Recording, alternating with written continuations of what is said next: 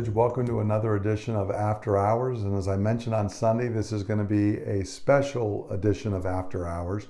We were looking at the concept of being discipled and discipleship in the various ways that we can learn from other people. And this is a special one because today, as this comes out on Tuesday, November the 1st, is actually my daddy's 84th birthday. And I was going to do just a little bit of a tribute to especially Daddy, but also my mama, that I was very, very privileged to have them as parents. I mentioned on Sunday, that kids are in many ways discipled by their parents. They learn to mimic and imitate their parents. And as I think about teachers and the people that have taught me and influenced me throughout my life, it makes me incredibly grateful for my mama and my daddy. And so as my dad's having his 84th birthday today, a shout out and a happy birthday to you, Daddy. But I just wanted to talk a little bit about that and how much I'm appreciative of him. As I said, disciples learn from a master. They're actually taught things. And when I look back, I can see how my mama and my daddy, through many, many conversations, taught me much of what I know through countless hours of teaching me how to read.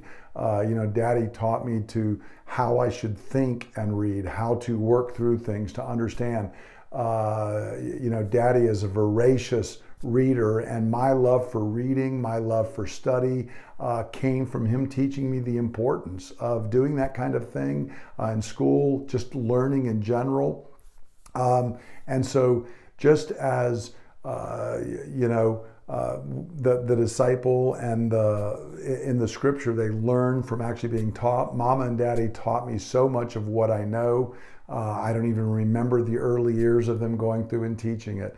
I also am very, very appreciative because they displayed godly character before me. I've come to realize the older I get how important that is.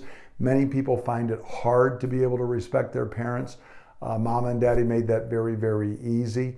I can say even before my parents were really walking with Christ actively, they were people of great character. They were people who were respected by the community. Specifically, as a man looking at my father, my daddy has always been a person of integrity and faithfulness and love. He displayed for me what it was like to love your wife, to care for her, how to love and care for your children. He cared for me and my sister. Daddy modeled a great work ethic. He modeled serving others. And so here on his 84th birthday, I want to say how grateful I am that he did that. And as I look back in my own life, the best parts of my parenting and what it meant to be a father, the work ethic that I have, my attempts to serve others were really caught because I learned them from observing Daddy as a husband and a father, and Mama and Daddy just in the way they loved and cared for us, and what it meant to be a person of character and integrity. And then finally, even we mentioned about the disciples learning from the rhythm and the practices. As I said, I didn't just see my parents talk about hard work and diligence. I actually observed that in their lives. They taught us how to do that. In the case of me being a man and looking up to my father, Daddy rose early. He was very organized. He worked until the job was done. He taught me so many life habits and skills that were, again, just simply taught. I can also say for my dad who worked outside the home, he put family before his career. I remember when I was about to head into my teenage years, my dad took a job change and went into a place that really meant he was no longer really going to be promoted up through Nabisco, but he did that because he wanted to be with his family. And it was a life lesson that taught me that I have carried all the way to this day. The life rhythms and practices my parents taught me, Mama and Daddy both taught me that, to say that you love someone, to speak affectionately to them. They both taught me physical affection, things that often many kids grow up today and don't have, things that I oftentimes took for granted when I was younger, but the older I've become, the more I really, really appreciate it. So I would not have used the word when I was young, but all of these ways, through words, through character, and then just through life rhythms and practices.